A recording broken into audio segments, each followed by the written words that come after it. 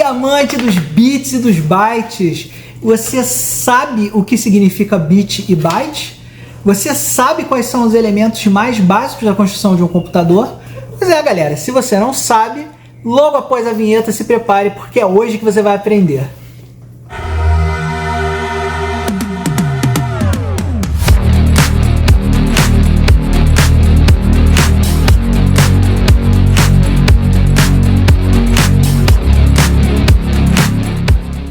Bem-vindo, escovador de bits e bytes. Você já parou para pensar nessa frase que eu falo toda vez que eu começo aqui a gravação de um vídeo para vocês?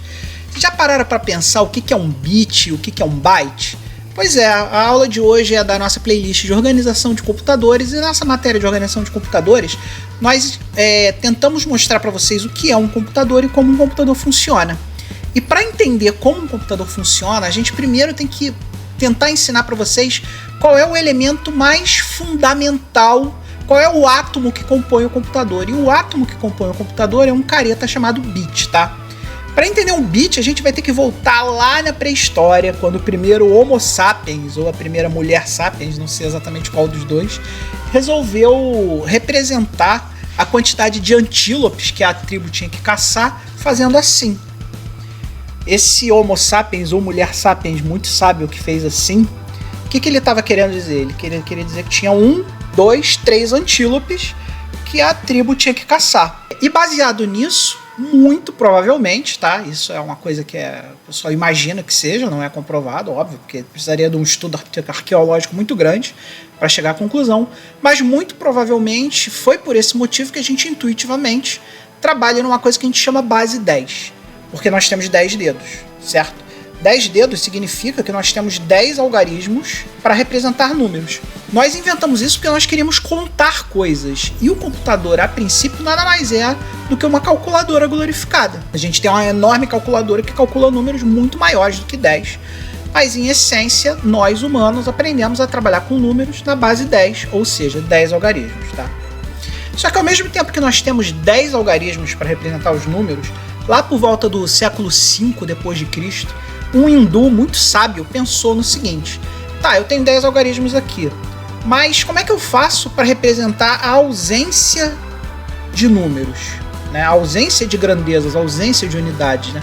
Muito provavelmente ele tinha lá uma fazenda de cabras e um lobo comeu todas as cabras dele, ele não tinha mais cabra para vender, ele precisava de alguma forma para representar que não existiam mais cabras a serem vendidas, né? Então esse hindu muito sábio inventou o conceito do número 0, que significa ausência de unidades. E aí os nossos 10 dígitos se transformaram nesses dígitos aqui que eu vou mostrar para vocês. A quantidade de dígitos, nós ficamos com os seguintes dígitos. Nós ficamos com o dígito 0, 1, 2, 3, 4, 5, 6, 7,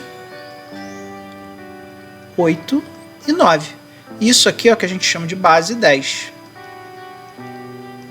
Nós normalmente representamos a base 10 colocando 10 do lado do número entre parênteses mais abaixo. Então, por exemplo, se eu representar aqui um número, por exemplo, 10, na base 10.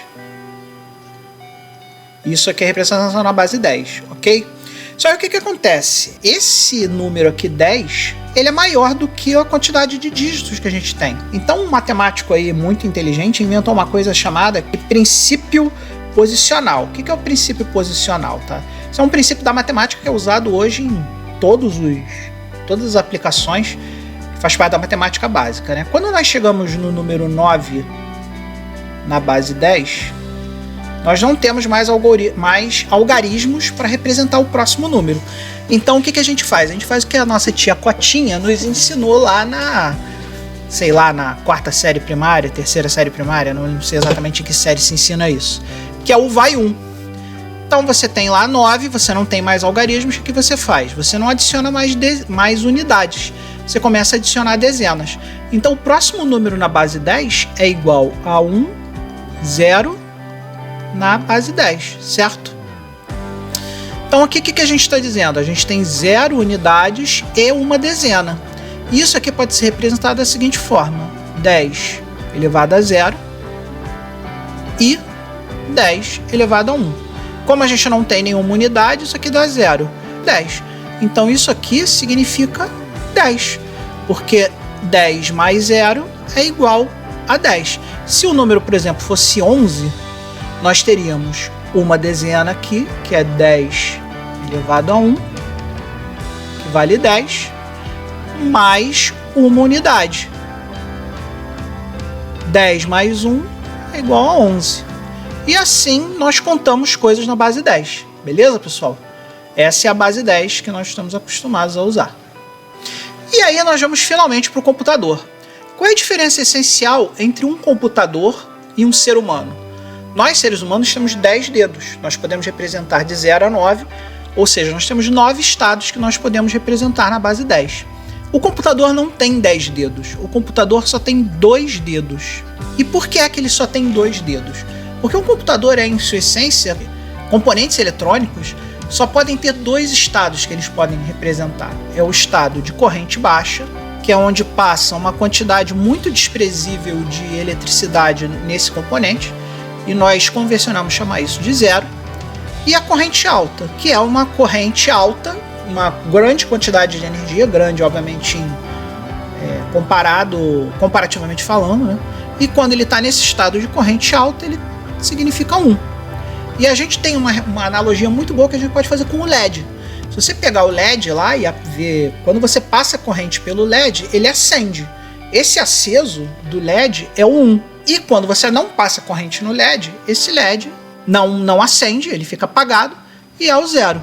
Isso aqui criou toda uma coisa chamada lógica booleana e a base que o computador usa, que é a base 2. A base 2 é representada da mesma forma. Se eu botar 10 aqui na base 2, se isso aqui significa que esse número 10 não é 10. Esse número é 10 na base 2. E logo eu vou ensinar para vocês para calcular o que é 10 na base 2, tá? A lógica booleana nos diz que toda vez que nós temos zeros e uns, eles têm significados. Então 0 é falso e 1 é verdadeiro. Então o que é o bit? O bit é o dedo do computador. São os 2 estados que um computador pode representar, que significa falso ou verdadeiro, ou um número na base 2. Então aqui a gente pode dizer para vocês o seguinte. Então, vocês lembram lá que eu expliquei para vocês o tal do princípio posicional na base 10? O princípio posicional também se aplica na base 2. Então aqui a gente vai pegar aqui um 0 na base 2, tá? O que esse 10 significa? Significa que eu não tenho nenhuma unidade e que eu tenho uma nova base 2 para somar. Aqui a gente não fala em dezena porque nós não estamos falando em base 10. Mas isso aqui também são potências do 2. Então 0 significa 2 elevado a 0 e 1 significa 2 elevado a 1, certo? 2 elevado a 1 é igual a 2. 2 elevado a 0 é igual a 0. Então, mais 0 é igual a 2. Então, 0 na base 2 não significa 10. 0 na base 2 significa 2 na base 10. Porque agora nós não estamos falando em potências de 10. Agora nós estamos falando em potências de 2. Isso faz com que a gente consiga converter de forma muito simples, um número binário pequeno em um número decimal. Aqui você pode ver que na base 2, ao invés, como o computador só tem 2 dedos, nós só podemos representar 2 algarismos. E esses 2 algarismos, como nós precisamos representar o 0, são 0 e 1. Qual é o próximo número depois de 1? O próximo número depois de 1 é 2. Mas não existe um algarismo na base 2 que represente 2. Então a gente precisa da próxima potência de 2. E aí a gente faz o vai 1. Só que a gente não faz o vai 1 na base 10. A gente faz o vai 1 na base 2. Então se a gente quer escrever 2, a gente escreve 0, vai 1, e aí a gente tem o 2 na base 10. E esse vai 1 aqui significa 2 elevado a 1. Isso significa que cada vez que nós adicionamos um algarismo na base 2, nós estamos aumentando o nosso número, da mesma forma que a gente faz na base 10. Então, por exemplo, se eu colocar um número aqui para vocês, 1, 0, 1, 1, por exemplo, na base 2. Que número é esse na base 10? Primeira coisa que a gente tem que fazer é calcular as potências de 2. Então aqui a gente tem 2 a 0, que é igual a 1. Aqui a gente tem 2 a 1, que é igual a 2. Aqui a gente tem 2 a 2, que é igual a 2 a segunda, né? 2 ao quadrado, que é igual a 4. E aqui a gente tem 2 ao cubo, que é igual a 8. 1, 2, 4, 8, certo? Então o que a gente vai fazer aqui? A gente vai pegar desses bits aqui, quais os bits que estão ligados. Então, por exemplo, esse bit está ligado, esse bit está ligado e esse bit está ligado. Então a gente ligou o 8, a gente ligou o 2 e a gente ligou o 1. Então esse número aqui na base 10 é 8 mais 2, 10 mais 1, 11. Então esse cara aqui é o famoso 11 na base 10. Então aqui a gente pode dizer que 1, 0, 1, 1 é igual a 11 na base 10. E a gente pode contraprovar isso de forma muito fácil usando a nossa calculadora de programador.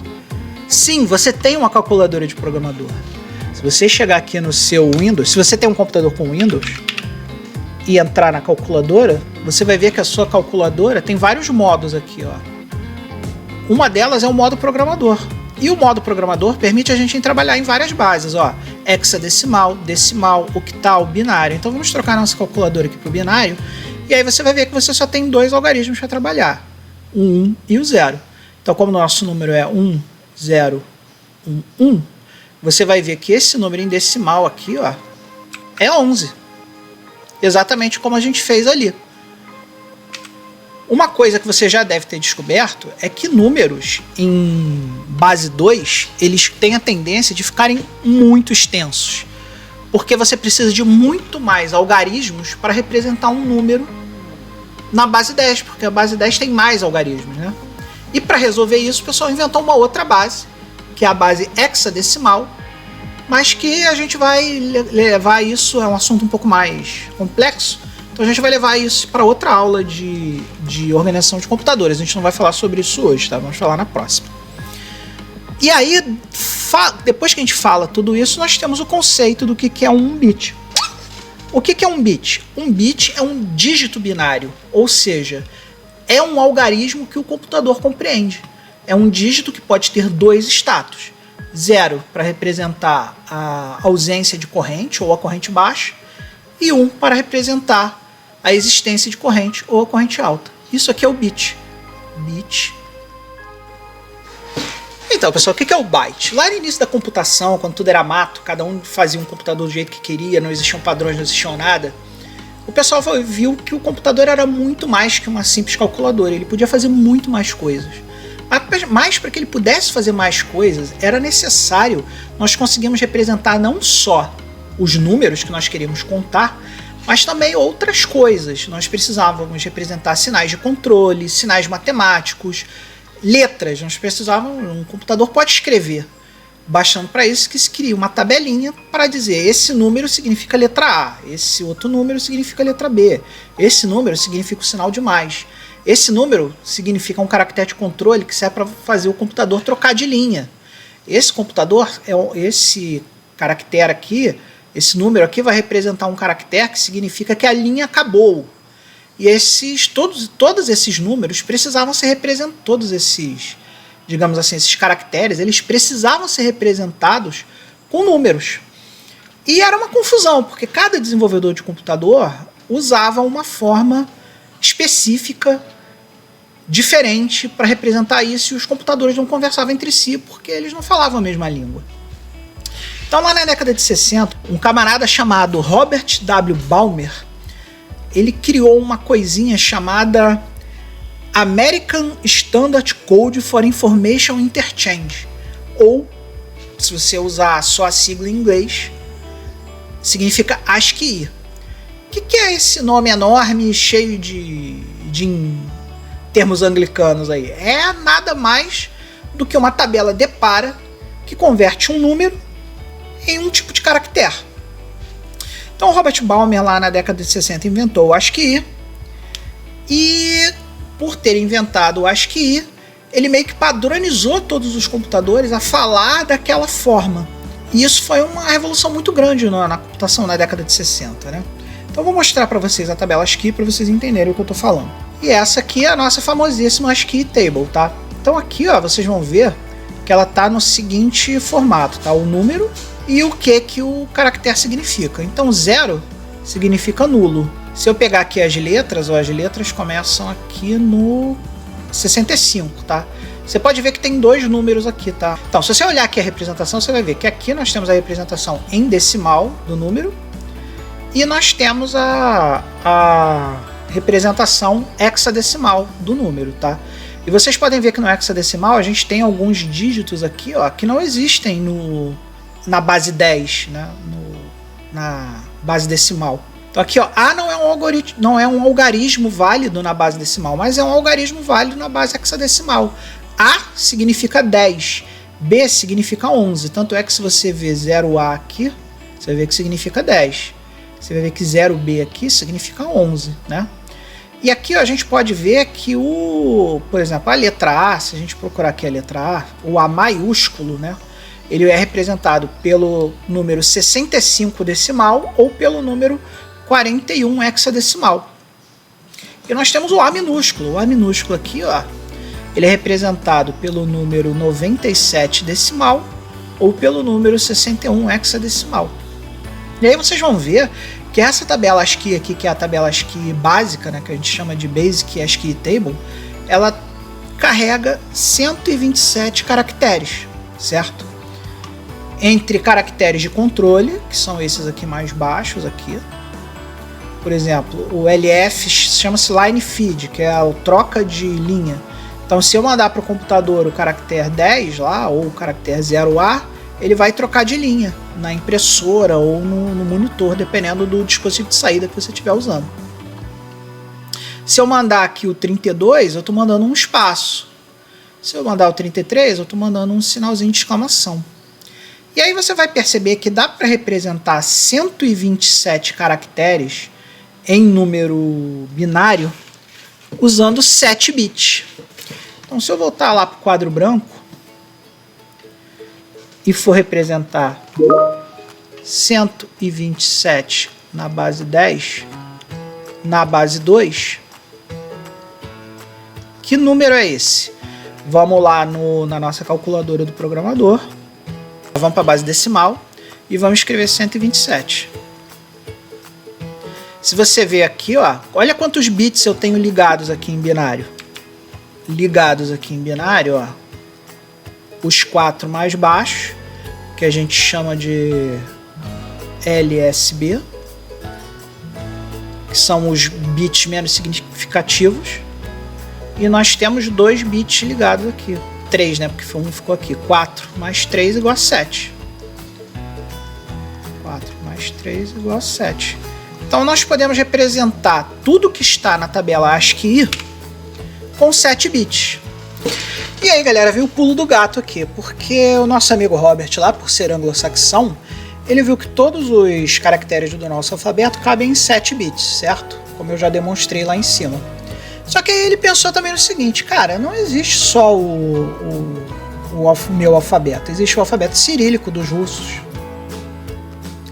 Existe o alfabeto, os kanjis e os katakanais e os hiraganais japoneses.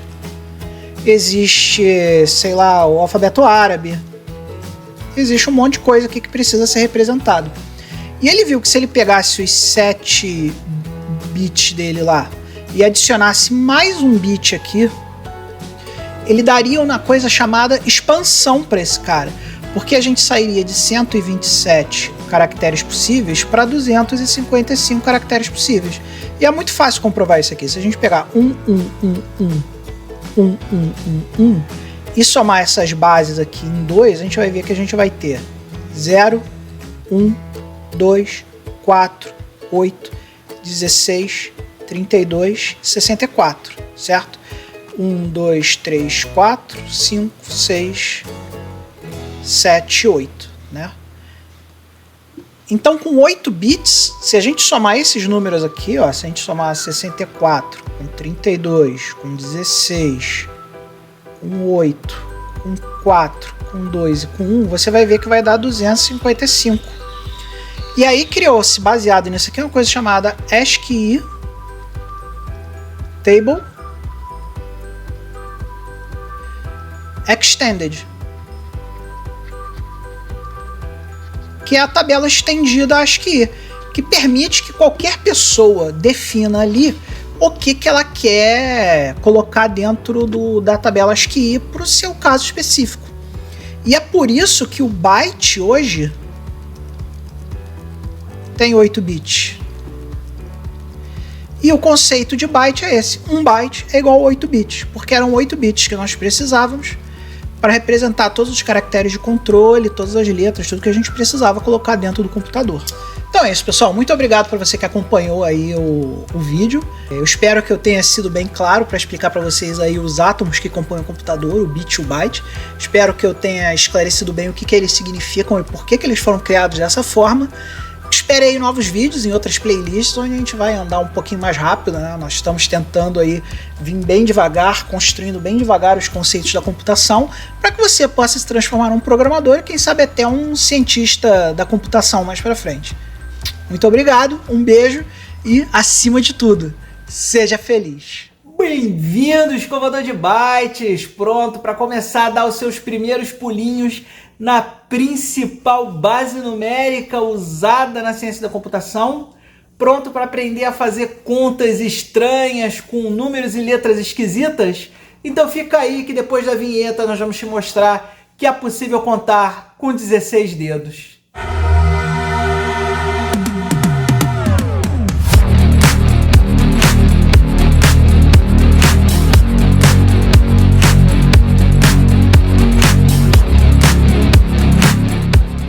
Então, pessoal, na aula anterior, o que a gente fez? Na aula anterior, a gente explicou o que são os bits e os bytes. E para conseguir explicar para vocês o que são os bits e os bytes, nós tivemos que entrar no conceito básico da contagem, mostrar que normalmente a gente conta coisas na base 10, porque nós temos 10 dedos. E nós explicamos também para vocês que o computador não tem 10 dedos, o computador não consegue representar 10 estados. O computador só consegue exprimir 2 estados, que esses 2 estados são o dígito binário ou bit que a gente explicou na última aula. Então, como um desses 2 dígitos tem que ser usado para representar a ausência de grandeza, né? Então a gente só consegue representar na base 2 o 0 e o 1. E esse é o dígito binário, o famoso bit. Isso nos levou a alguns conceitos que a gente teve que aprender, que é o conceito do princípio posicional e o conceito de bases numéricas. Hoje a gente vai se aprofundar um pouco mais nesses conceitos e eu vou mostrar para vocês que nós precisamos de outras bases numéricas. Eu vou te explicar o porquê de nós precisarmos de outras bases numéricas e a gente vai se aprofundar muito mais no princípio posicional e tentar entender essa famigerada base hexadecimal que é muito presente na ciência da computação e que muita gente simplesmente não entende porque tem letras e números e fica um troço maluco. Então, se você não viu a aula anterior, eu vou deixar aqui para vocês, ó. Nesse cantinho aqui eu vou deixar o cartão, o card, para a aula anterior, para que você possa assistir a aula anterior e não fique perdido nessa aula de hoje. Então agora nós vamos para o nosso queridíssimo quadro branco, para que eu possa mostrar para vocês tudo isso que eu falei agora e para que a gente possa entender um pouco mais as bases numéricas. Vamos lá, pessoal. Primeira coisa, por que a gente precisa de outras bases numéricas?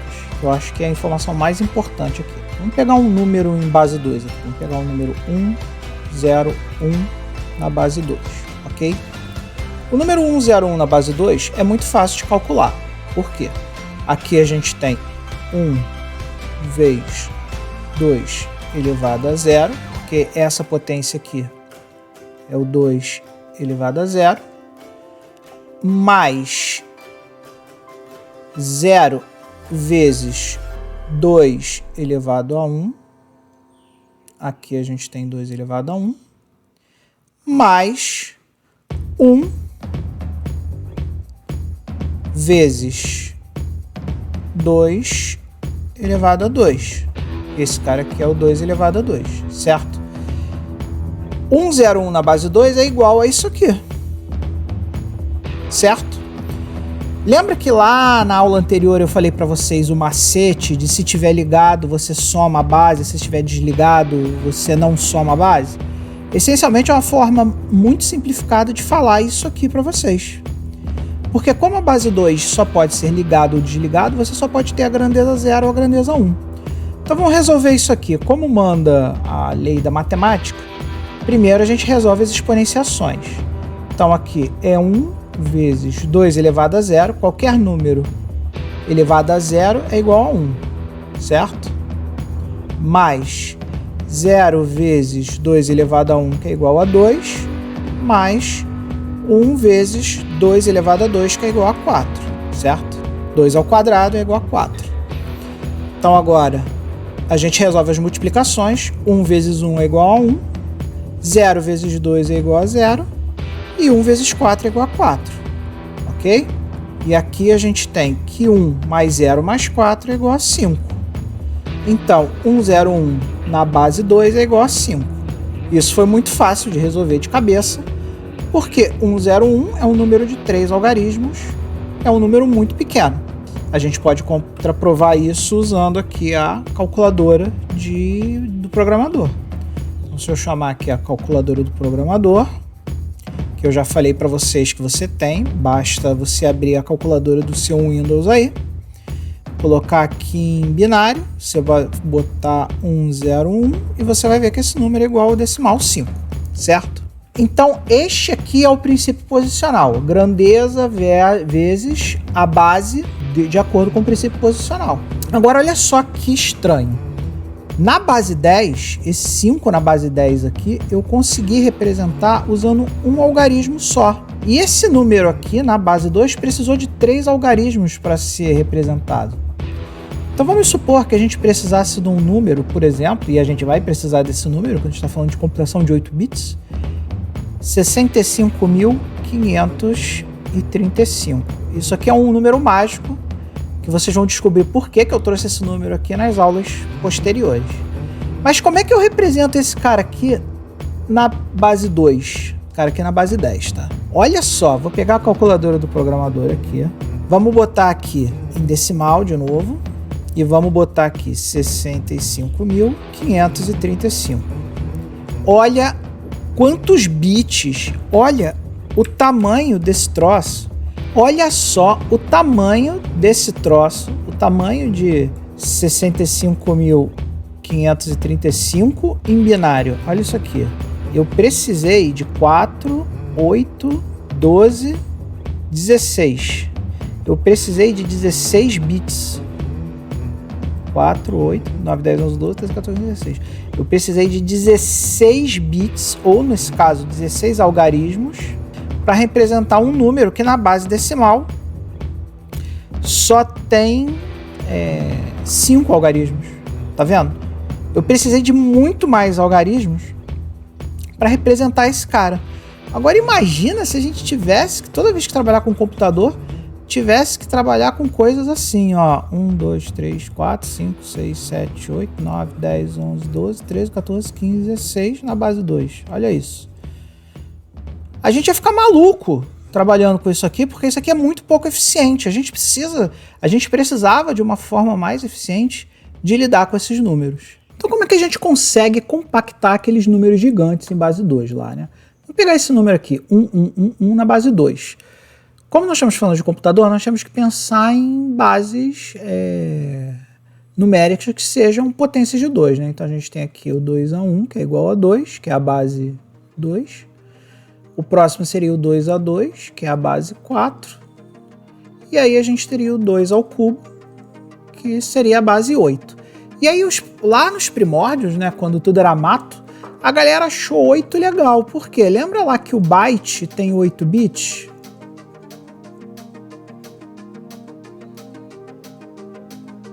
Então 8 parece ser um número natural para a galera trabalhar. Então os primeiros computadores trabalhavam com base 8.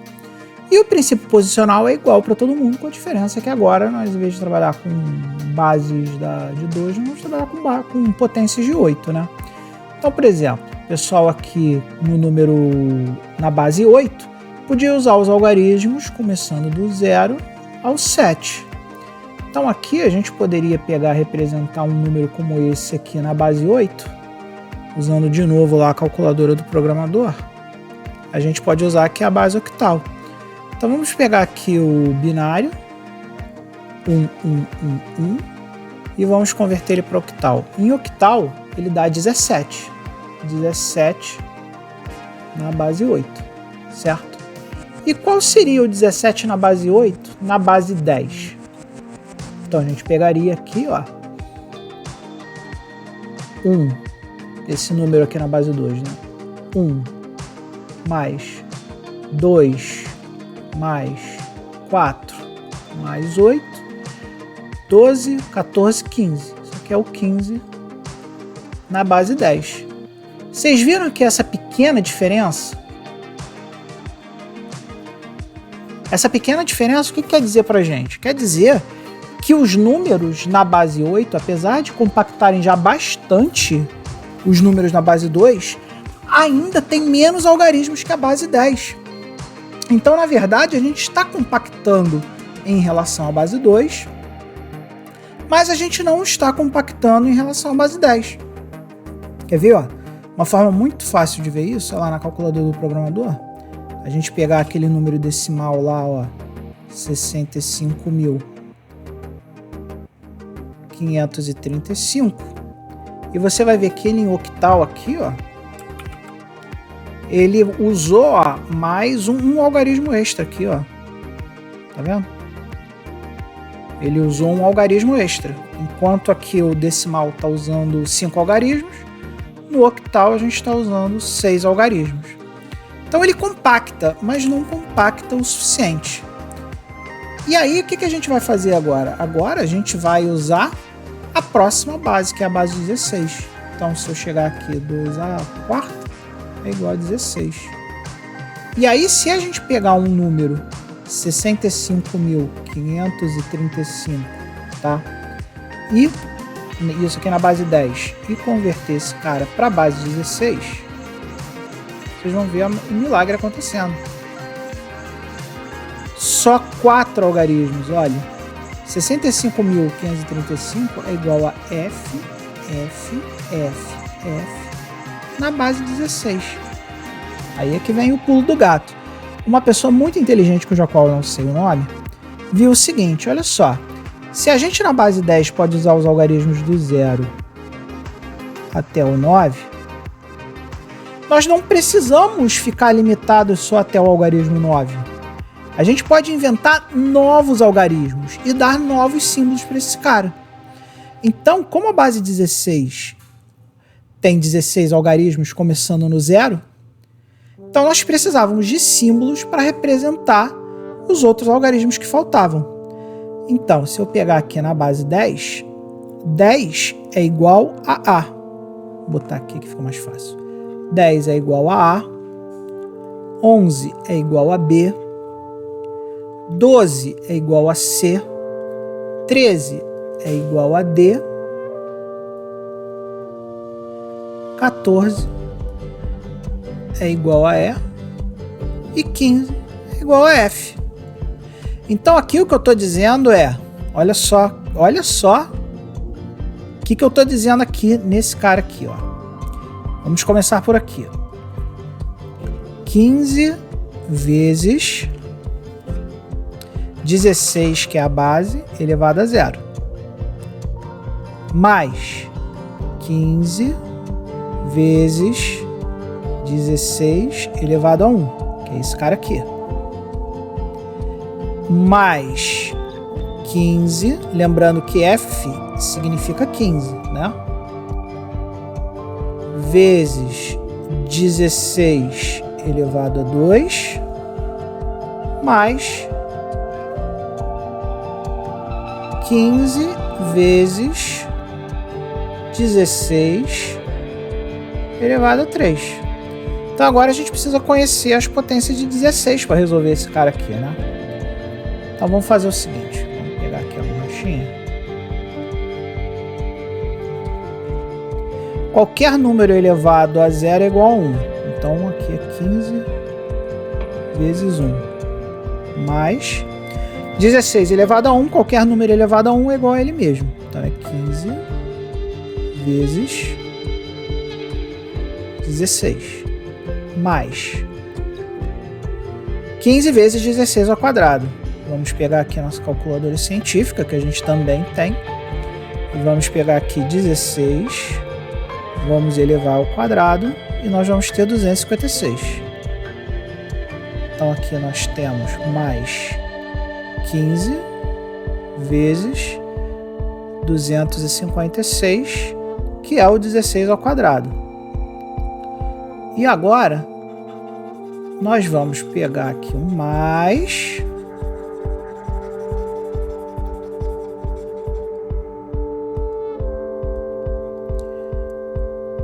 15 vezes 16 ao cubo. Então, se a gente pegar aqui 16 e elevar ao cubo, a gente vai ter 4.096. 4.096, certo? Usando o princípio posicional, certo? Esse número aqui, fatorado, dá isso aqui. 15 vezes 1 dá 15, mais 15 vezes 16. 15 vezes 16, 240, mais 15 vezes 256. 15 vezes 256. 3.840.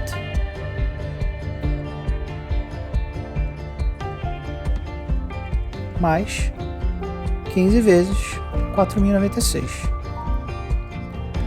15 vezes 4.096. 61.440. 61.440. Vamos somar isso aqui para ver se dá os 65.535. Vamos lá. Vou pegar aqui.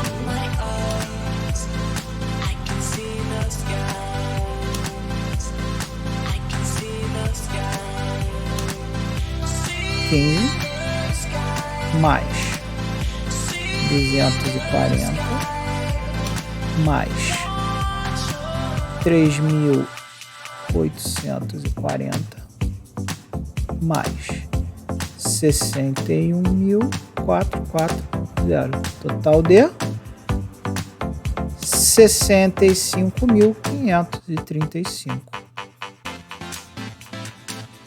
Então, como vocês podem ver, o princípio posicional ele é número da grandeza vezes base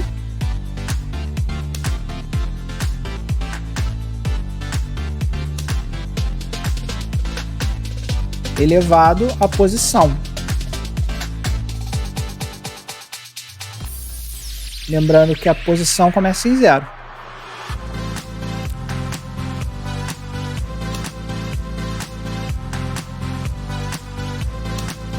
Então é isso aí, pessoal. É isso que a gente tinha para mostrar para vocês hoje. A base hexadecimal vai ser incrivelmente importante para a gente em todo esse curso. Inclusive quando a gente começar a chegar lá em programação mais avançada, que a gente vai precisar falar de endereços de memória, programação assembly, não tem como viver sem a base 16. Então é importante que você aprenda a aritmética com a base 16, aprenda como ela funciona. E nós vamos falar muito mais sobre a base 16 aí durante o curso, à medida que a gente for evoluindo os nossos temas. Muito obrigado para você que assistiu até agora. Não se esqueça de se inscrever no canal. 68% das pessoas que assistem ao nosso canal não se inscrevem no canal, então eu peço que você me ajude a te ajudar para que a gente possa ter aulas aí de... para que a gente possa ter aí aulas de reforço, aulas de tirar dúvida para vocês, lives, e que a gente também possa ter um videozinho extra toda quarta-feira aí que a gente vai falar sobre retrocomputação, que não precisa necessariamente ser uma aula, pode ser alguma coisa mais leve, mostrar alguma coisa que interesse a galera da retrocomputação, alguma coisa assim. Muito obrigado você que está acompanhando, um grande beijo e nunca se esqueça, seja feliz. Fala aí, escovador de bytes, bem-vindo ao The Byte Creator. Hoje a gente está aqui É Copa do Mundo, apesar do Brasil estar dando show na Copa do Mundo, nós não vamos nos fazer do rogado, porque o The Byte Creator não para. Então hoje teremos 20 minutinhos de aula de organização de computadores. E nós, nas aulas anteriores, nós preparamos o terreno para essa aula, né? Nós falamos o que é o bit e o byte, que são as medidas mínimas que são usadas na construção de um computador. Demos uma palhinha muito rápida sobre bases numéricas, para que a gente possa trabalhar outros componentes, como memória, e as bases numéricas, em especial a base hexadecimal, são incrivelmente importantes para a gente poder trabalhar alguns conceitos que nós vamos falar aqui hoje, ou em aulas futuras, né? Talvez a gente não consiga se aprofundar tanto a ponto de chegar lá agora, mas a gente vai chegar lá no futuro, então vocês precisam conhecer as bases numéricas. E hoje nós vamos começar a introdução à arquitetura de computadores. O que é um computador por dentro? Como é que ele funciona? A primeira coisa que nós precisamos entender quando a gente fala de arquitetura de computadores é que computadores são criados de formas diferentes para atender diferentes propósitos. Então, por exemplo, se eu pegar aqui um Arduino, que é um computador, é um microcontrolador, ele é criado para atender tarefas completamente diferentes de tarefas que são executadas, por exemplo, por um computador pessoal, como esse aqui que eu estou mostrando aqui para vocês. Como vocês podem ver, um computador pessoal, por ter que atender muito mais tarefas que um microcontrolador, ele precisa ter muito mais componentes. E é por isso que computadores criados com tarefas específicas em mente têm arquiteturas diferentes. Uma arquitetura é criada para atender a um determinado propósito utilizado por um computador. Como existem milhões de propósitos nos quais um computador possa ser aplicado, possa ser utilizado para resolver um problema, isso vai gerar um sem número de padrões de computador, e esse sem número de padrões vai multiplicar uma quantidade enorme de arquiteturas. Por exemplo, o padrão que a gente gosta muito de falar aqui no canal, que é o padrão MSX, ele gerou 4 arquiteturas diferentes. Nós temos o MSX1, o MSX2, o MSX2 Plus e o MSX Turbo R. Cada uma dessas arquiteturas pertence ao mesmo padrão. Então pensa num padrão como uma quantidade de requisitos mínimos que um computador precisa atender para participar daquele padrão. E uma arquitetura é uma implementação daquele padrão que não necessariamente está fechado a apenas o que o padrão tem. Algumas máquinas, além de ter tudo que é necessário para atender ao padrão e para ser um computador daquela determinada arquitetura, ele pode ter coisas além. Por exemplo, eu adquiri recentemente um OAV 70FD da Sanyo, e ele, além de ter tudo que o MSX2 Plus tem, ele também tem uma ROM com um BASIC extra chamado CAN BASIC, que é um BASIC mais parrudo, e tá lá. Esse CAN BASIC ele não é necessário na arquitetura MSX2 Plus, mas o fabricante resolveu colocar aquele item naquela arquitetura para ter como um diferencial. Como, por exemplo, o Panasonic WSX também, a arquitetura do MSX digita lá que o clock do MSX2 Plus é 3.58, mas eles colocaram um botão turbo que leva esse clock a 5.38. Posso estar um pouco enganado nos números, mas é algo assim, tá? Mas a princípio, você não precisa...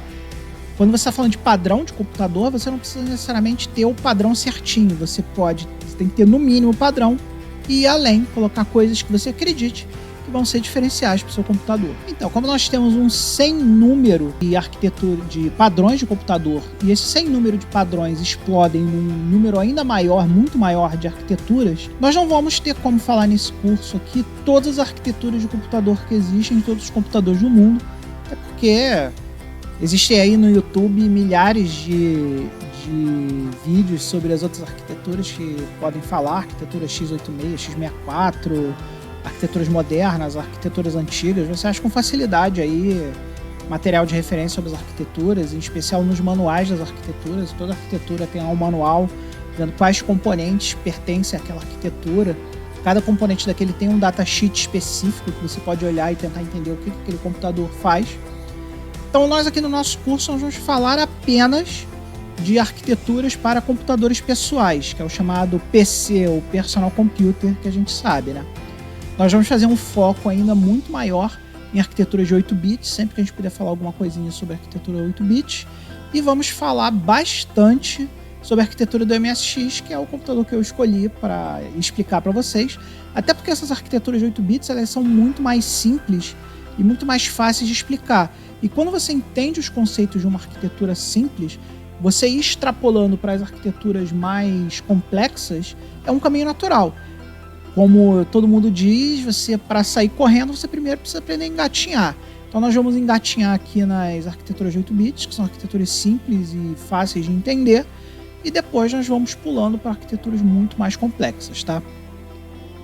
Para que a gente possa continuar o curso agora, eu vou mostrar para vocês a ementa do curso, que são os livros que nós vamos utilizar aqui, e já vou dar algumas diquinhas sobre onde você pode arrumar esses livros e que outros livros você pode ir além depois que a gente continuar. O primeiro livro que eu tenho aqui para mostrar para vocês é a Bíblia da Arquitetura de Computadores.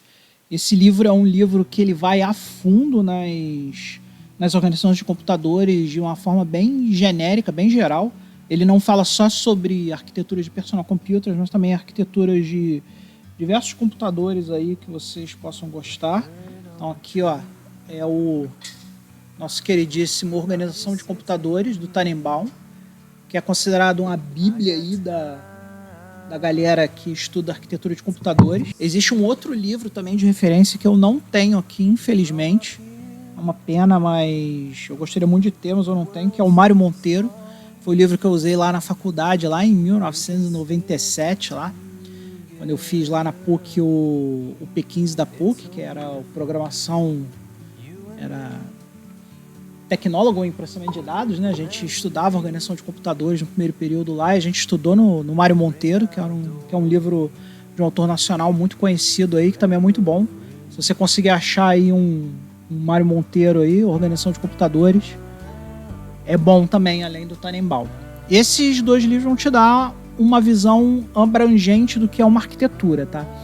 Agora, para arquitetura MSX, que é o que a gente vai mostrar aqui bastante no nosso canal, nós temos a Bíblia da Arquitetura do MSX, que todo mundo que é MSXeiro sem dúvida conhece, que é o livro vermelho do MSX. E esse livro aqui, você pode até procurar ele, versão física, tem versão digital lá no dataset, vou botar o link aí na descrição para os livros, né? Os livros que eu consegui achar digitais, eu vou deixar link aí na descrição para vocês baixarem. Esse livro aqui está no dataset.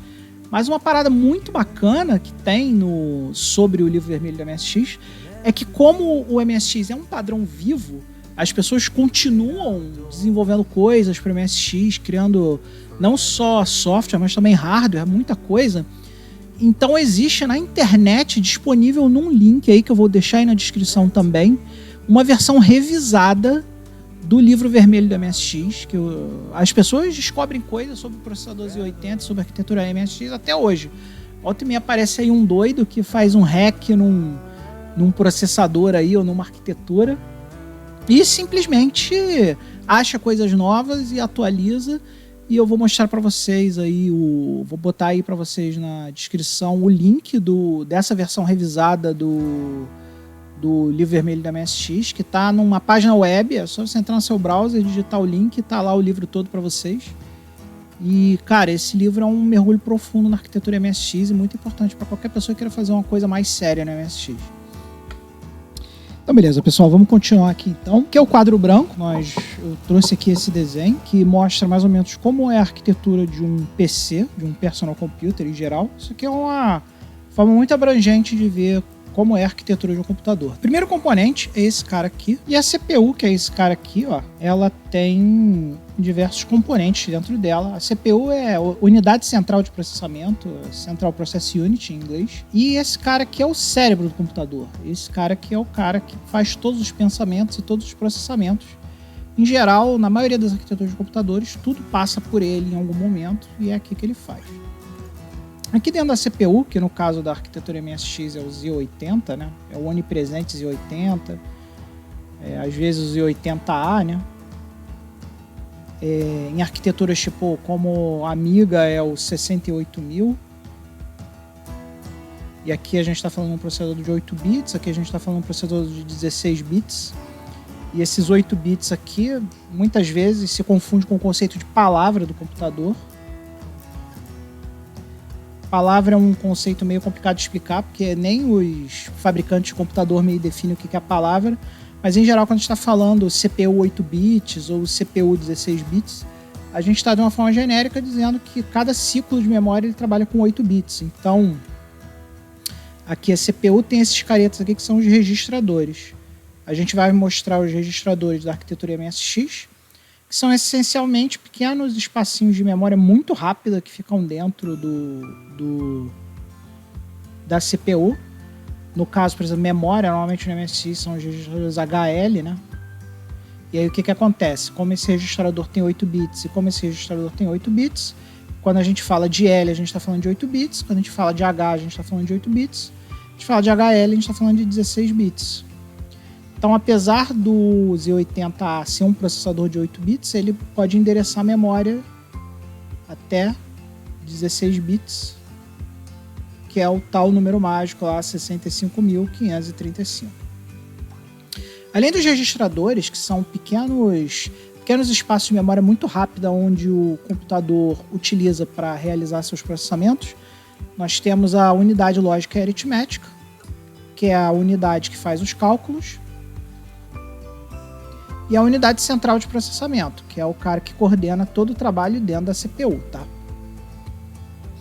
Outro componente que todo personal computer tem é a memória primária. O pessoal também chama de memória principal.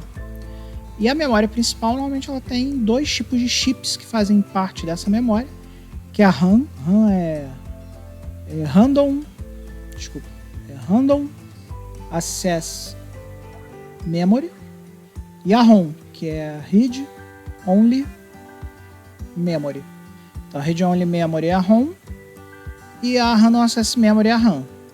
Pensa na memória RAM e ROM do seu computador como se fosse o seu cérebro. Seu cérebro, você não consegue manter tudo no seu cérebro. Mas quando você precisa trabalhar com alguma coisa, você tem que trazer aquilo para o seu cérebro e ali você pensa naquela coisa. A RAM é meio que a capacidade de armazenamento do cérebro do computador. Quando ele precisa processar um dado, por exemplo, quando ele faz A igual a mais 1, ele tem que trazer o A para a RAM e somar mais 1. A unidade lógica aritmética vai somar esse mais 1 e tem que guardar isso na RAM. Então pensa na RAM como se fosse a parte do cérebro do computador que guarda informação provisoriamente. A RAM é um tipo de memória volátil, ou seja, se você desligar o seu computador e ligar o seu computador, ele some da memória. Até porque você precisa daquele espaço para fazer todos os processamentos. A ROM é um tipo especializado de memória que é read-only. Por ser read-only, significa que ela é de apenas leitura. Então, por exemplo, na arquitetura MSX, nós temos uma ROM, uma read-only memory, que tem lá dentro dela o BASIC, que eu já mostrei lá na aula de programação básica, falando um pouco sobre a memória ROM do BASIC e do MSX, e onde tem lá as instruções mais básicas do MSX. Normalmente tem lá BIOS, que é o Basic Input Output System. Tem lá também as chamadas da BIOS. Então tem um monte de coisa necessária para o seu computador poder botar e poder começar a trabalhar. Fica gravada nessa ROM.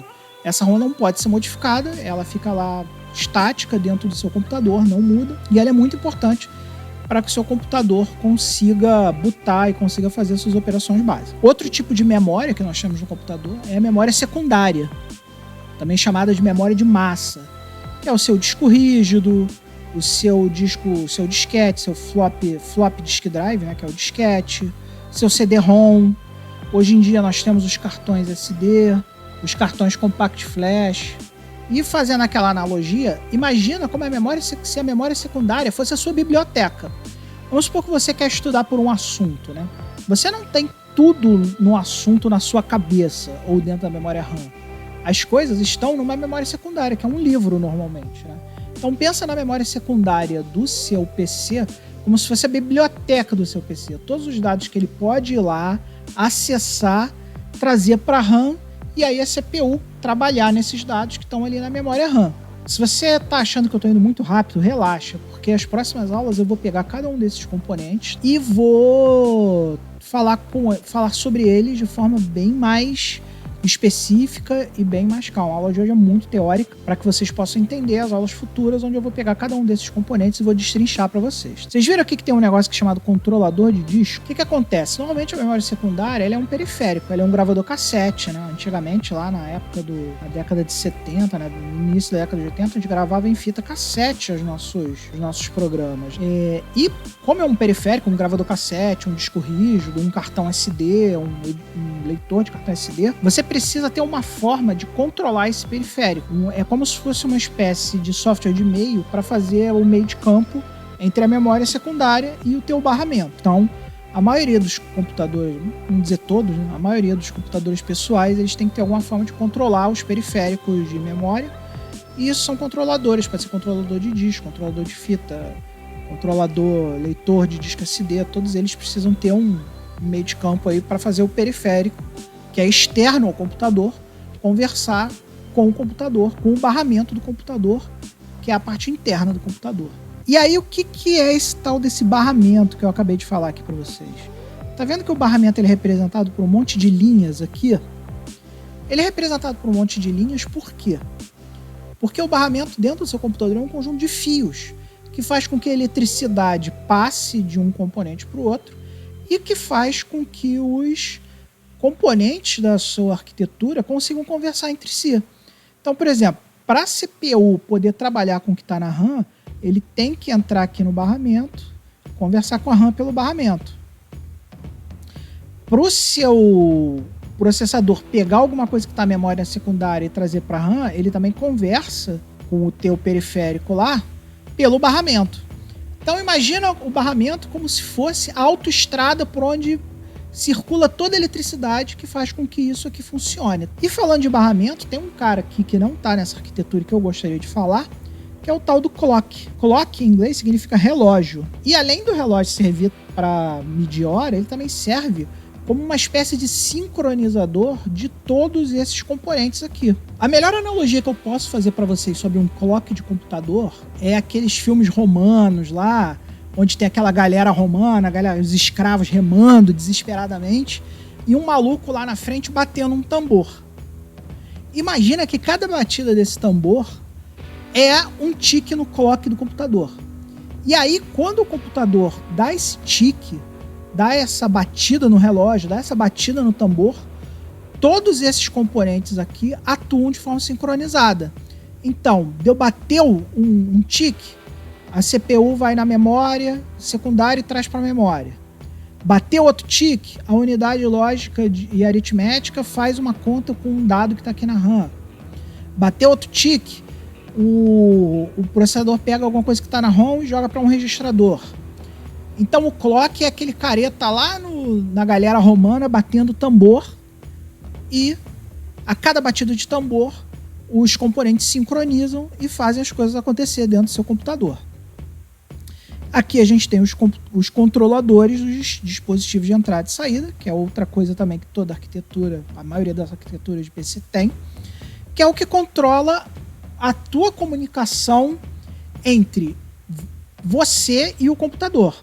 Então vocês podem ver aqui vídeo, ó, toda vez que a CPU tem que mostrar alguma coisa para você no vídeo, a CPU vai lá, a unidade de controle vai lá, pelo barramento, pega na RAM, e no outro ciclo do relógio ele vai e joga no vídeo para você. Como vocês podem ver, todos os componentes da tua arquitetura estão ligadas ao barramento. O que não está ligado ao barramento não tem como conversar com o computador. Então o barramento talvez seja um dos componentes mais importantes, apesar de todos eles terem a sua funcionalidade e serem importantes. Outra coisa aqui também é o teclado, o mouse, que são dispositivos de entrada, tá? Vídeo é dispositivo de saída, impressora é dispositivo de saída, teclado e mouse é dispositivo de entrada, e os teus adaptadores de rede são entrada e saída. Por quê? Porque você recebe tanto dado da internet quanto você manda dado para a internet, né? Então por isso que a sua internet lá tem uma velocidade de upload e uma velocidade de download. A velocidade de upload é quando o teu controlador de rede manda para a nuvem, né? E a tua velocidade de download é quando pega da nuvem e traz para o barramento do seu computador. Então, os dispositivos de entrada, teclado e mouse. Toda vez que você digita alguma coisa lá no seu computador, tem um careta no seu computador chamado interrupção. IRQ, que é Interrupt Request. Requisição de interrupção. Então, toda vez que você clica um botãozinho aqui no seu teclado, clica uma letra no seu teclado, esse dispositivo de entrada e saída aqui, ele gera uma interrupção de teclado e aí o processador sabe, opa, teve uma interrupção de teclado. Vou pegar o que está aqui no teclado, vou, via barramento, jogar isso aqui na minha RAM, o que o cara acabou de teclar. Tudo isso sempre sincronizado lá pelo reloginho, pelo nosso famoso clock, né? Ou relógio interno do computador. Bem-vindos, escovador de bytes, bem-vindo ao The Byte Creator. Hoje vocês vão ver que a aula é bem diferente do que vocês estão acostumados. E vocês já estão vendo aqui que a gente está no nosso laboratório de eletrônica aqui, nosso mini laboratório de eletrônica, porque a aula de hoje é organização de computadores e as aulas a partir de agora vão começar a ser bem práticas. E por causa disso eu vou ter que mostrar para vocês alguns dos equipamentos que nós vamos usar aqui durante as nossas futuras aulas de organização de computadores, para que vocês possam, se vocês quiserem fazer as aulas em casa, adquirir esses equipamentos e possam aí acompanhar as aulas de perto junto comigo. Então vem comigo que agora eu vou começar a mostrar para você o mínimo que você precisa ter para começar a acompanhar as aulas futuras de laboratório. Então pessoal, na última aula nós vimos todos os componentes que compõem um personal computer, né, de uma forma extremamente abrangente e muito por cima, né? A gente entendeu quais eram os componentes e uma ideia geral de como eles funcionam. A partir de agora, a gente vai começar a destrinchar cada um desses componentes e vamos começar a ir a fundo neles. Para que a gente possa ir a fundo neles, nós vamos precisar de alguns materiais e a aula de hoje é mostrar esses materiais para vocês, para que vocês possam adquirir, se vocês quiserem, e entender como eles funcionam. O primeiro componente que eu quero mostrar para vocês é esse carinha aqui, que é a protoboard, tá?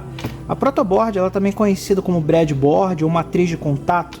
É uma placa que tem diversos furinhos, tanto na verticais e horizontais. E esses furos, eles fazem a condução da eletricidade. É uma matriz de fios, na verdade. Aqui dentro tem um monte de fios que se conectam para servir de condutor à eletricidade que passa nos circuitos. Então ela é muito importante para que a gente possa montar circuitos experimentais e usar esses circuitos experimentais sem precisar soldar nada, sem precisar ter placa, nem nada do gênero. Então normalmente o pessoal começa prototipando os circuitos nessas plaquinhas aqui e depois monta um esquema de uma Printed Circuit Board, uma PCB, que vai receber o circuito que normalmente é feito o design dele nessas plaquinhas aqui, a famosíssima protoboard.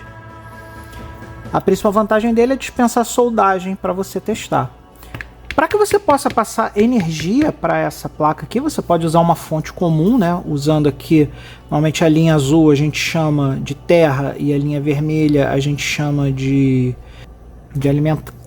alimentação. Então é por aqui que vai rolar a alimentação. Aqui a gente tem o positivo e o negativo. A linha vermelha é o positivo, a linha azul é o negativo. A gente coloca aqui o common, ground, tem várias maneiras de chamar o positivo e o negativo. Mas para trazer alimentação para essa placa aqui, eu recomendo também essa pequena plaquinha aqui, que a gente chama placa de alimentação para protoboards. Essa plaquinha, o que ela tem aqui? Ela tem uns jumpers aqui que permitem você definir se você quer passar 5 volts ou 3 volts, né? Então você pode configurar, por exemplo, ela vem encaixada aqui assim, a gente encaixa ela aqui na protoboard, né? E aí vocês vão ver que todas essas linhas aqui vão receber o comum, o positivo e o negativo. Todas essas linhas aqui vão receber o positivo e o negativo. E aqui você pode configurar, se você quer, por exemplo, você pode botar essa linha aqui como 5 volts, essa linha aqui como 3.3, por exemplo, configurando nesses jumperzinhos aqui. Ela também permite alimentar a protoboard usando uma fonte 5 volts, então você pode plugar uma fonte 5 volts aqui, né? Ou pode alimentar também por um cabo USB também, que também transmite 5 volts. E nesse botãozinho aqui você liga e desliga, você consegue passar a eletricidade para o seu circuito. Então eu tenho uma montada aqui para mostrar para vocês, né? Vocês verem aqui, se eu apertar o botão aqui, vocês vão ver que vai começar a passar a eletricidade para o circuito. E o circuito vai alimentar a placa, né? E aí a gente pode montar usando a eletricidade que está passando na protoboard. Outro instrumento fundamental para quem quer trabalhar com eletrônica é o multímetro digital. O multímetro digital, ele é uma ferramenta de teste que é muito utilizada para medir 2 ou mais valores elétricos, tá? principalmente tensão, que é medida em volts, corrente, que é medida em amperes, e resistência, que é medida em ohms. Então, por exemplo, se a gente tem aqui um componente eletrônico, a gente quer medir, por exemplo, se eu pegar aqui um resistor, esses resistores aqui são de 500 ohms. Então a gente pode usar o multímetro digital para medir se um componente eletrônico efetivamente está dando o que ele realmente promete dar. Então aqui, ó, a gente vem aqui nas escalas, né? Aqui, ó, a gente tem várias escalas. A gente sabe que está medindo resistência porque aqui no meu multímetro a gente tem aqui indicando aqui ohms. A gente sabe que ohms é para marcar resistência. A gente tem aqui 200, 2K, 20K, 200K, 20 milhões. Então aqui, ó, normalmente quando a gente começa a usar o multímetro digital, a gente começa sempre pela escala mais alta, quando a gente não conhece exatamente qual é a medição que a gente está esperando. Nesse caso aqui a gente já poderia ir direto para o 2K, porque a gente sabe que são 500 ohms. Mas quando a gente não sabe a resistência, a gente simplesmente coloca na escala mais alta e mede. Aí vocês vão ver, ó, tá vendo ali que deu um número menos 000? Essa escala está muito alta. Então a gente vai baixando a escala até conseguir medir. Também, ó, já tá 0,0.5, a gente já desceu uma escala, já começou a ter uma medição, mas essa medição ainda está muito alta, então a gente desce mais uma escala. Agora a gente está em 20K. Então vamos medir de novo. Ó, 0,54. Agora se a gente for para de 2K, vocês vão ver que a gente vai chegar na medição correta. Olha lá, 546 de resistência. Então tá dentro lá do limite do componente, então tá tudo bem. Então na verdade isso aqui tá oferecendo uma resistência, esses resistores estão oferecendo uma resistência de 546 ohms. E é assim que a gente mede resistência usando o multímetro. Mas o que é essa tal de resistência? Para vocês entenderem o que é resistência, eu vou fazer um desenho aqui rapidamente do que é uma corrente elétrica, tá? Uma corrente elétrica é um movimento de elétrons dentro de um meio condutor.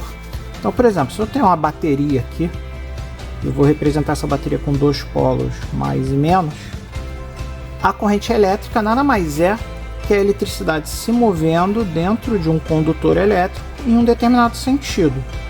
Quando a gente está falando de corrente alternada, AC, esses elétrons eles ficam indo e voltando. E essa é a corrente que a gente tem nas tomadas. Já se a gente está falando de DC, que seria corrente contínua, né?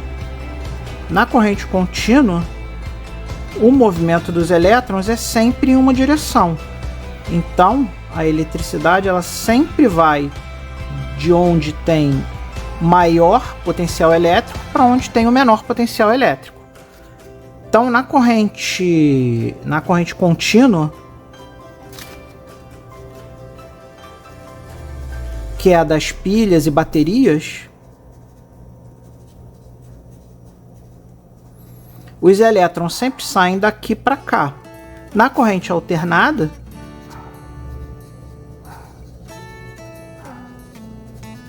os elétrons eles ficam indo e voltando, indo e voltando, indo e voltando. E o que é resistência, afinal de contas? A resistência, quando você quer alterar esse movimento elétrico oferecendo maior resistência, ou seja, aumentando a capacidade do corpo de se opor à passagem da corrente elétrica, fazer a corrente elétrica passar mais devagar, você coloca uma resistência aqui. Então o que acontece? Isso aqui está vindo numa determinada velocidade, quando ele passa pela resistência ele baixa a velocidade e aí ele volta a velocidade. Então a resistência é a capacidade que um corpo tem de resistir a esse movimento da eletricidade, fazendo como se ela se movimentasse mais lentamente. É como se você tivesse um tubo grande e aí de repente você reduzisse o tamanho do tubo para passar menos quantidade. Imagina que a eletricidade fosse um líquido, por exemplo, uma água, né, passando por um tubo. Quando você aumenta a resistência, você diminui para passar menos água por esse tubo. Outra coisa importante a se falar sobre a resistência é que a gente mede resistência de um circuito com o circuito desligado. Ou seja, se você for medir uma resistência de um circuito como esse, você não deve medir com corrente passando. Você deve desligar o circuito e aí sim você mede a resistência. Então, por exemplo, se eu medir a resistência desse resistor aqui, ó, tá até difícil de chegar nele. Tá bem difícil de chegar nele com essas pontas de prova. Isso aqui é uma ponta de prova, tá, galera? Quando o pessoal fala ponta de prova, são essas pontinhas que você usa para fazer a medição. Ó, eu tô numa escala de 200K e a leitura não tá boa. Vamos subir para 2K. Para medir resistor não tem polaridade, tá? Então aqui, ó, a gente chegou a 980 ohms, ou seja, isso aqui é um resistor de aproximadamente 1K. Como a gente está na escala de 2K, a gente sabe que é quase 1K que está dando esse cara. Outra coisa que nós podemos usar o nosso multímetro para medir é a tensão. E o que é a tensão? A tensão é a força que é aplicada nos elétrons para que eles se movam. Ela mede a diferença do potencial elétrico do polo positivo para o polo negativo. Então, se a gente voltar aqui no nosso desenho, o que a gente tem aqui em matéria de tensão?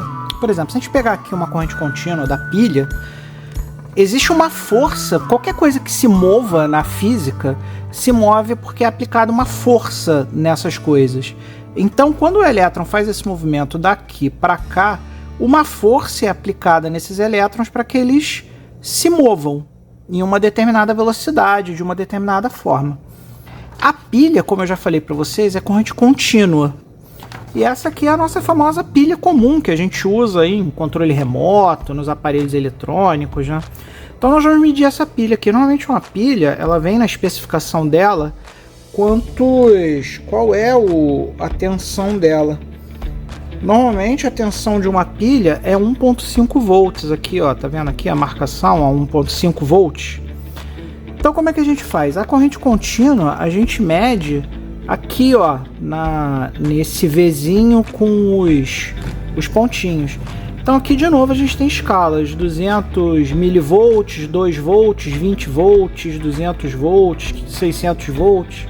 Então, como a gente sabe que é 1.5, vamos botar aqui na escala 2 direto, a gente não precisa ficar andando, porque a gente já sabe que uma pilha é 1.5.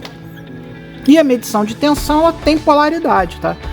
O que é ter polaridade? Significa que importa o lado ao qual você mede. Então, para a gente ter uma medição verdadeira, a gente vai colocar aqui a ponta de prova vermelha. A gente vai colocar aqui a ponta de prova vermelha no positivo e a ponta de prova preta no negativo.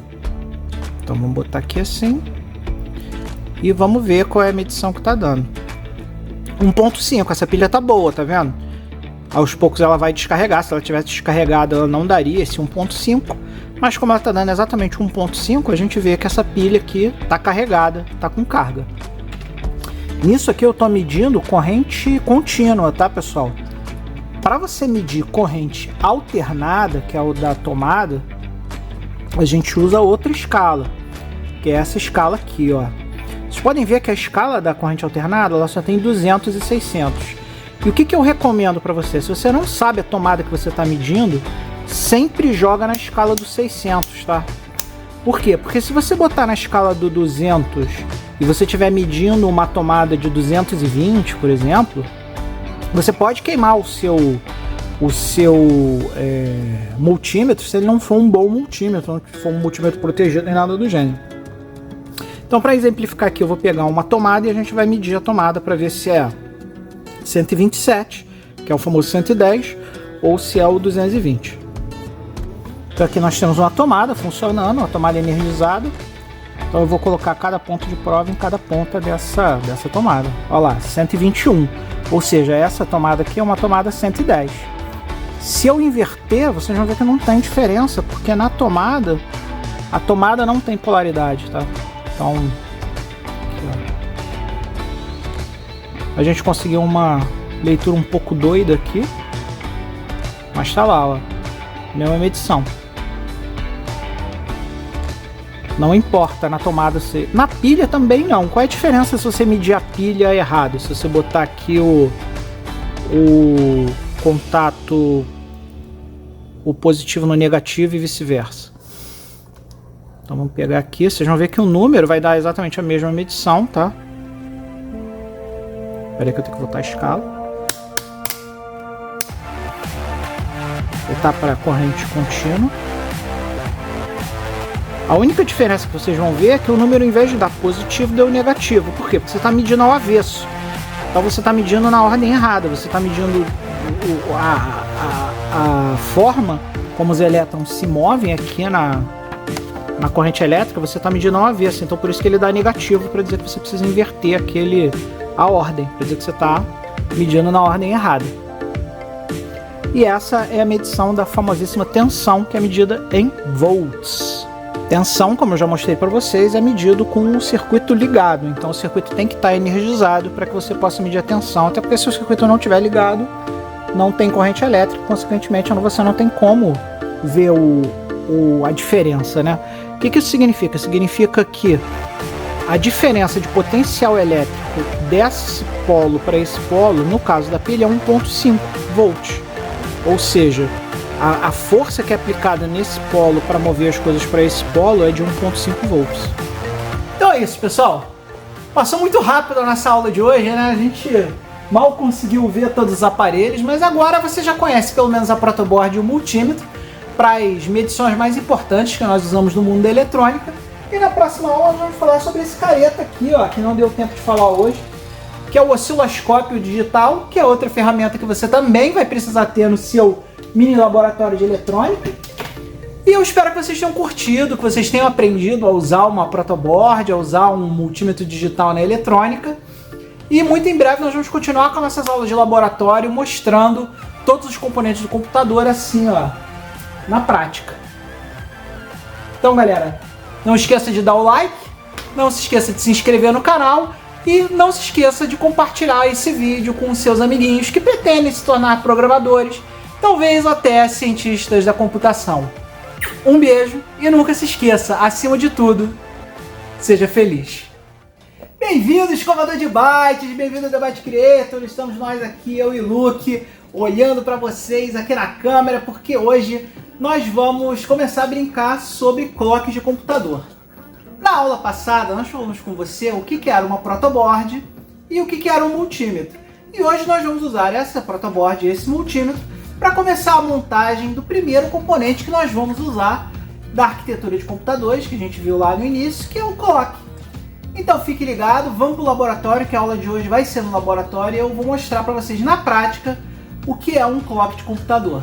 Então nós vamos começar a nossa aula prática aqui mostrando para vocês os componentes que nós vamos precisar para montar a aula de laboratório de hoje. Obviamente nós vamos precisar da protoboard e alguma forma de alimentar ela, de preferência uma fonte 5 volts, pode ser uma fonte de celular aí que você tenha.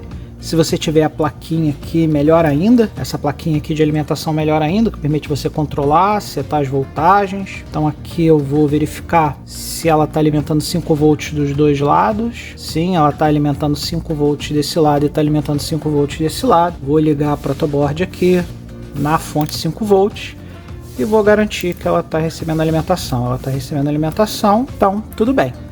Agora vamos aos componentes.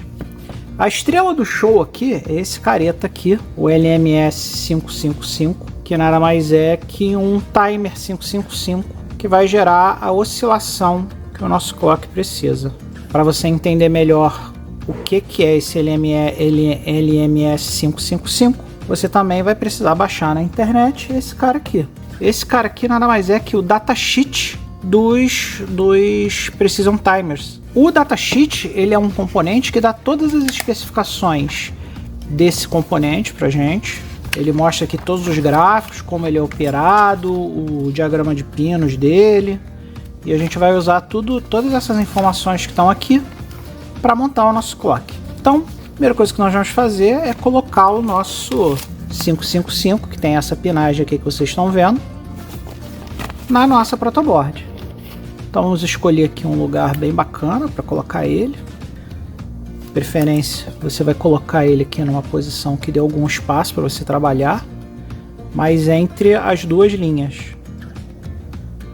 A protoboard ela vai te dar aqui, ó, esses conectores aqui.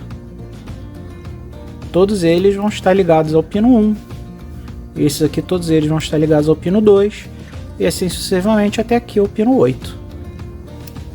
Outra coisa que você vai precisar para a montagem do nosso clock é um LED. Você vai precisar de um LED comum e o LED normalmente ele vem acompanhado de um resistor para impedir que ele exploda. O LED ele usa uma quantidade muito pequena de eletricidade, por isso a gente tem que ter um resistor para garantir que esse cara não vai explodir.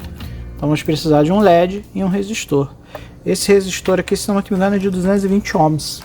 Vamos só garantir usando o multímetro, que nem a gente viu na última aula, que a gente vai usar aqui o multímetro, vai colocar aqui, vamos botar aqui em 2K e vamos medir esse resistor aqui para ver o tamanho dele. Então aqui, ó, 217 são 220 ohms. Então para esse LED aqui, é um LED comum, vamos usar um resistor de 220 ohms. Outra coisa que nós vamos precisar são dois resistores que nós vamos usar para configurar o quão rápido vai ser o nosso clock, qual é a frequência do nosso clock. Então aqui nós temos um primeiro resistor que nós vamos medir aqui, ó, de 1K.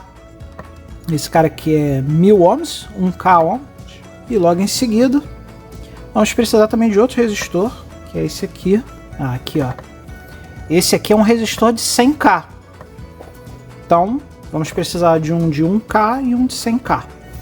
Aqui eu separei também vários capacitores, porque o capacitor também vai ser outro componente que a gente vai usar para fazer com que o nosso clock tenha a frequência que a gente deseja. Então, colocando capacitores maiores ou menores, a gente vai poder regular o nosso circuito de clock, regular a frequência dele para transformar ele numa frequência maior ou menor. Esses são os componentes que nós vamos usar para montar. Além disso, nós também vamos precisar de alguns jumpers aqui, ó, que são fios para a gente fazer a ligação do nosso queridíssimo clock. E agora nós vamos começar a montar esse circuito. Então vamos lá, pessoal. Aqui na direita eu botei o esquema da pinagem do nosso queridíssimo TMS 555, que é o CI que nós vamos usar para fazer a ligação. E aqui está ele. Uma coisa muito importante quando você está falando disso, tá vendo aqui, ó, aqui tem um chanfro do chip. Esse chip ele tem um chanfro aqui, ó, que é esse chanfro aqui, ó. Então esse chanfro do chip ele tem que estar orientado para o mesmo lugar que está orientado no nosso queridíssimo datasheet, para que a gente use os pinos de forma correta. E logo de cara aqui o primeiro pino é o pino ground. Então o ground a gente sabe que a gente tira aqui da faixa azul da protoboard. Então o que a gente vai fazer? A gente vai pegar aqui o nosso jumper preto que está aqui e vai ligar ele aqui na linha azul. E vamos ligar nesse primeiro pino aqui, que é o pino 1, que é onde vai ligar o ground. Então vou ligar para cá. Da mesma forma, a gente vê aqui, ó, que o pino 8 é o pino onde o chip é alimentado. Então a gente vai fazer uma ligação igual, só que dessa vez vamos usar aqui o jumper vermelho, para indicar que é o jumper de 5 volts. E vamos ligar ele aqui no pino 8. Então nós vamos ficar aqui com o pino 1 ligado no ground e o pino 8 ligado nos 5 volts. Agora aqui, ó, a gente tem um cara chamado discharge. O que é o discharge? Esse cara aqui que vai controlar como é que o capacitor que vai fazer a oscilação ficar carregando e descarregando. No momento eu não vou explicar isso, eu vou deixar para explicar isso um pouco mais para frente, quando a gente for falar da matemática disso aqui, tá? Como que o objetivo é só a gente montar o circuito, nós vamos começar montando por esse discharge aqui, usando aqueles dois resistores que a gente já tinha separado, o de 100K e o de 1K. Para controlar o discharge, nós vamos começar com o nosso queridíssimo resistor de 1K. Então vamos medir aqui de novo para ver qual é o resistor de 1K, porque ele vai ser o primeiro resistor que vai ser usado lá no nosso discharge. Então nós vamos pegar esse cara aqui, que é o resistor de 1K, e vamos ligar ele do 5 volts até o pino 7, que é esse pino aqui. Esse aqui é o pino 7. Então vamos pegar esse cara, botar aqui no 5 volts e ligar lá no pino 7. Tá aqui. Ligamos ele do 5 volts até o pino 7. E logo depois, na montagem, nós vamos pegar aquele outro resistor, que é o resistor de 100K, e vamos ligar esse resistor de 100K ligando do pino 6, que é esse pino aqui, até o pino 7, que é esse pino aqui. Do pino 7 até o pino 6. Pino 7 é esse aqui, pino 6 é esse aqui, a gente vai ligar desse cara para cá. E a gente vai ligar assim, ó. Então aqui, ó, nós estamos ligando do pino 6 para o pino 7 e do 5 volts para o pino 7. O próximo pino é o threshold. O threshold ele é um pino de controle que vai dizer o momento em que tem que acontecer a troca de carga para descarga. E é esse pino aqui, ó. É esse queridíssimo pino aqui, que tá ligado aqui, é o pino 6. Então o que a gente vai fazer agora? A gente vai ligar o pino 6 com o pino 2, que é o trigger. Esse cara aqui é que vai dizer quando o nosso clock vai começar a descarga. Então ele tem que estar ligado aqui ao pino 2, que é o pino que faz o trigger. Se você olhar aqui, ó, pino 2 é o trigger. E aí o próximo pino que nós vamos ter que ligar é o output. O output é o pino que nós usamos para informar o que está acontecendo no clock. E aí vai entrar o nosso queridíssimo LED. É ali que vai entrar o nosso LED. Então o nosso LED vai entrar aqui nesse pino aqui do output, que é o pino 3. Os LEDs eles têm cátodos e anodos, que é o positivo e o negativo. O positivo ele é maior que o negativo. O pezinho dele é um pouquinho maior. Você vê aqui, esse pino aqui é maior que esse. Então esse aqui é o cátodo. Então esse cara aqui é o positivo. Esse cara aqui vai entrar no pino do output e vai ser ligado aqui num pino. Por que esse pino vai ficar? Porque lembra que eu falei que o nosso queridíssimo LED, se ele receber 5 volts direto, ele estoura? Então para evitar que o nosso LED estoure, nós vamos usar aquele outro resistor, que é o resistor de 220 ohms. E a gente vai ligar esse resistor ligando o anodo do LED, que é o negativo do LED, no ground. Isso vai garantir que o excesso de eletricidade que vai para o LED descarregue. Agora, pessoal, nós vamos começar a ligar os nossos capacitores. Primeiro nós vamos colocar aqui o nosso capacitor de 100 microfarad, que nós vamos ligar ele. Nós vamos ligar ele também, tem cátodos e anodos. Então nós vamos ligar o positivo, que é o maior, no mesmo pino onde está ligado o trigger, que é o mesmo pino. Não sei se estão conseguindo ver aí, espero que sim. Que é o mesmo pino que tem esse fio azul aqui, que é o pino 2, que é esse pino aqui, o pino do trigger. E o anodo nós vamos ligar no ground. Então vamos colocar esse cara aqui e aqui. E ele vai ficar aqui. E agora nós vamos botar aquele capacitor que nós usamos de atenuação de ruído, que é esse cara aqui, que é aquele capacitorzinho cerâmico, mesma coisa. Então nós agora vamos ligar esse capacitorzinho aqui cerâmico. A gente vai ligar ele aqui nesse último pino aqui, que é o pino 5, que é esse pino Conte aqui. É esse cara que vai fazer um pouco de atenuação do ruído para que o nosso circuito dê leituras mais precisas. Então, de novo, você vai ligar uma ponta aqui no Conte e uma ponta aqui no ground. Então, com esses dois capacitores colocados, esse aqui fazendo a atenuação de ruído e esse aqui sendo o capacitor que vai ser carregado e descarregado pelo nosso temporizador, a gente vai criar uma coisa chamada oscilação. Ele vai começar a carregar esse cara.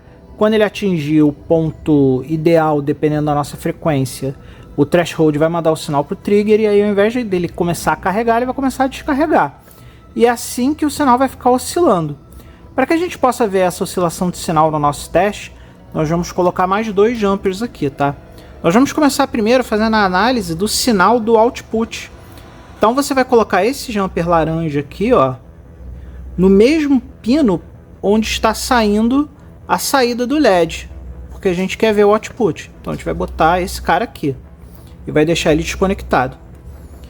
E o nosso outro jumper preto a gente vai colocar no ground do circuito para que a gente possa conectar o nosso osciloscópio nesse ground aqui, ó.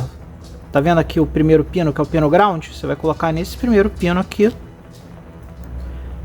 para que a gente possa plugar o nosso osciloscópio. Então aqui, ó, é o osciloscópio digital. A aula de hoje não é sobre osciloscópio, mas para que a gente possa testar, eu vou colocar o osciloscópio aqui e a gente vai fazer o seguinte: essa aqui é a ponta de prova do osciloscópio e ela também tem um ground aqui. Então você vai pegar esse conector tipo jacaré aqui e vai plugar no ground do nosso circuito, que é aquele fio preto que a gente acabou de plugar, e a gente vai pegar a ponta de prova do osciloscópio com esse também plug jacaré aqui e plugar naquele sinal do output lá, que é o output do clock. E agora, para a gente poder fazer a medição do osciloscópio, a gente precisa ligar o circuito. Então vamos ligar o circuito aqui e ver que bicho que dá isso aqui. Vamos ligar o osciloscópio aqui. Como esse meu osciloscópio ele é osciloscópio e testador digital, a gente pode simplesmente descer ele aqui e escolher o modo osciloscópio. E agora nós vamos começar a configurar o nosso osciloscópio para que ele consiga fazer uma medição legal do que está acontecendo nesse circuito aqui. Vocês já viram que a luz acendeu e apagou em um determinado período. Como esse capacitor que a gente botou aqui é um capacitor muito grande, o período da nossa frequência é muito longo. E a gente vai ler esse período aqui no osciloscópio. Existem vários tipos de osciloscópio, tá? No meu osciloscópio, especificamente, nós podemos fazer várias configurações baseadas no que a gente está recebendo. A primeira configuração que a gente faz aqui é a atenuação. A atenuação pode ser 1x ou 10x aqui. Então, para a gente ter uma medição mais precisa possível, a gente vai colocar o osciloscópio no modo 10x. Para fazer isso aqui, eu ando até aqui, onde tem a medição, e pressiono aqui longamente aqui nesse threshold. E aí vocês vão ver que aqui, ó, esse marcador aqui de baixo, ó, mudou para 10x. Então agora eu estou com a atenuação máxima. E aqui, ó, vocês já podem ver que o nosso clock está funcionando. Como é que a gente sabe que o nosso clock está funcionando? Vocês vão entender muito melhor isso na hora que eu for explicar a matemática da coisa. Mas olha só. Olha como é que está o movimento da onda aqui, ó. No osciloscópio, as linhas verticais, cada quadradinho vertical desse aqui é a voltagem. E cada quadradinho horizontal desse aqui é o tempo. Então aqui, ó, se a gente ver que a gente está setado o tempo para 5 segundos, certo? E a voltagem a gente colocou aqui em 500 milivolts. Por que a gente colocou 500 milivolts? Se a gente for olhar aqui no datasheet desse cara, o output dele, a escala dele é na escala de 200 milivolts. Então a gente subiu um pouquinho a escala só para o valor ficar bem próximo do que a gente... para que a gente pudesse ter uma visão da escala um pouquinho melhor. Então aqui, ó, vamos entender o que o osciloscópio está dizendo pra gente. Como cada quadradinho desse aqui vale 5 segundos, ele está dizendo que a cada 5 segundos, ó, um pouco mais de 5 segundos... Deixa eu dar um stop aqui, que aí com o sinal parado é melhor explicar. Então vamos lá. Olha só. Cada quadradinho desse aqui é 5 segundos, tá vendo? Então, a partir desse momento aqui, ele estava carregado e ele descarregou. Vamos lá. Ele começou aqui, ó. Ele veio descarregado por 5 segundos e meio, por uns 7 segundos e meio aqui, ó. E aí ele subiu, ou seja, aqui ele carregou. E aí ele passou, esse período aqui, ele passou descarregando. Quando ele chegou aqui, ó, que também dá mais ou menos 5 segundos e meio. Não, 7 segundos e meio. E aí aqui, ó, ele descarregou de novo. E ele ficou com um nível baixo e aí ele subiu para o nível alto. Essa aqui é a tal oscilação que o clock tem que gerar. Então imagina que cada vez que o clock sobe, os componentes trabalham. E aí quando o clock desce, os componentes param. Aí quando o clock sobe, os componentes trabalham. E aí quando o clock desce, os componentes param de trabalhar. Então essa aqui é a tal batida de tambor do clock. E o clock está batendo nessa frequência. Vamos esperar ele acender e a gente começa. Acendeu.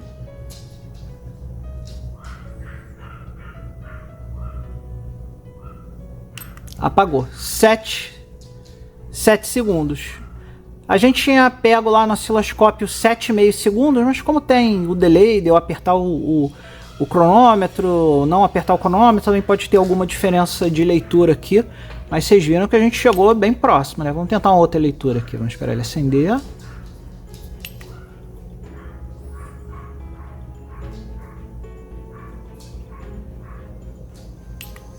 Ó, agora deu 6,96.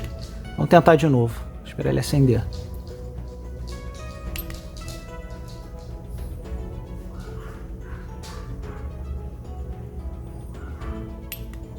(6,94). Então a gente sabe que esse clock tá com mais ou menos 7 segundos a cada oscilação. Se então, você gostou do que assistiu no canal hoje, não se esqueça de se inscrever no canal e compartilhar com seus amigos. Eu preciso de você para continuar criando conteúdo dessa qualidade. E nunca se esqueça, seja feliz.